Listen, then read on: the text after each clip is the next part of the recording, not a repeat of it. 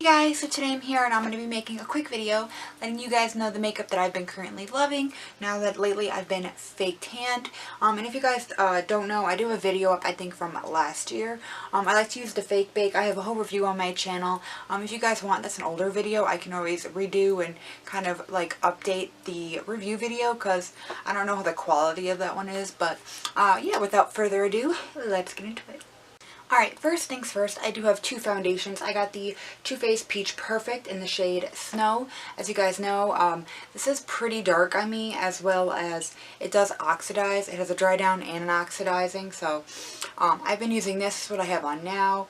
And I did just reapply my fake tan, so it probably looks a little bit light, but when I wash, some of the color guard would come off, so I've been loving this. And it's really nice not to have to mix it. As well as the Neutrogena Hydro Boost Hydrating Tint. And this is what this looks like here. It looks like it's really light. What is this in? I don't know what shade this is in. I know it's like it was supposed to be a light shade. However, when you wear it for a little bit, it does oxidize a lot. And it was already kind of like too dark for my skin. So those are the two foundations I've been using. So it'll help me kind of pan those. I have two powders I've been loving. First is the MAC Pro Longwear powder, and this is in the shade Light. However, it was still way too dark for me.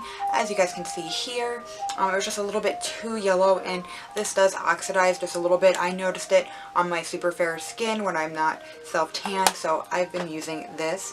As well as the Bare Minerals Bare Pro. And this is in the shade Dawn. It's the second shade, and really been liking this as well. It's a little bit darker than the MAC one. Yeah, just a little bit. Yeah, it's a little bit darker, but I've been loving that. It really helps just kind of like, I don't know, because I don't really have anything that's too dark, but I know I had makeup that was too dark for me previously. Of course, there's an ice cream truck as soon as I go to film, and they're right outside the house. Side note, by the way, this is that cute lace teddy shirt I got in my Forever 21 haul. I really, really like it. I am wearing a bra with it, and you can kind of see it peeking through, but I'm just not one of those girls that are comfortable enough without the bra, so if I'm having a lot of boobage, sorry, but I do really, really like this. I do want more colors in it. Okay, the ice cream truck finally moved away. So next up, I've been loving to use this Too Faced Sweetie Pie bronzer. I've been using that like all over, and this is perfect because it's got that slight red in it as well, and it's just perfect right now for my fake tan. So I've been really, really loving this.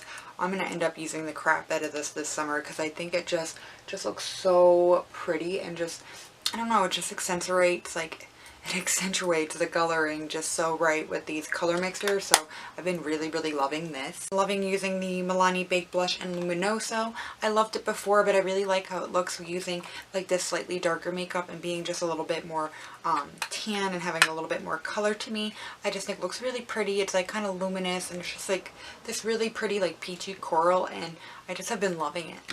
Next, I've been using two concealers.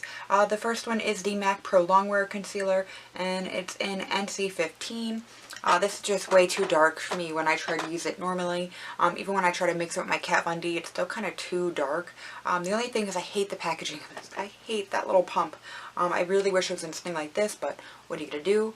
But I have been loving this when I'm like first self-tanned, or I like to mix it with this one, which is the ColourPop No Filter Concealer. This is in Fair 5. This is before they expanded the shade range, but this does have a dry down and oxidize a little bit, so it's a little bit darker than this. So I either mix these two together or go with one or the other depending on how the tan shade is. So I've been loving this even before I really love this. This is the Tarte Chrome Paint and Top Yacht, which looks like this, but I think it just looks even more like just stand out.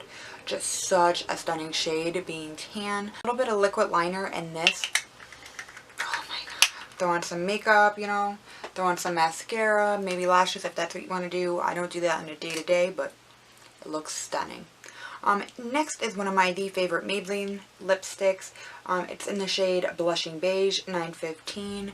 It's just like this really pretty light nude shade. I put like a darker type of nude lip liner just to give it a little something on the outside, and I like to put this on the inside, but I love this. It's one of my favorite shades. I liked it before, but I really like it now, having a little bit more color, so I've been loving this. Really recommend.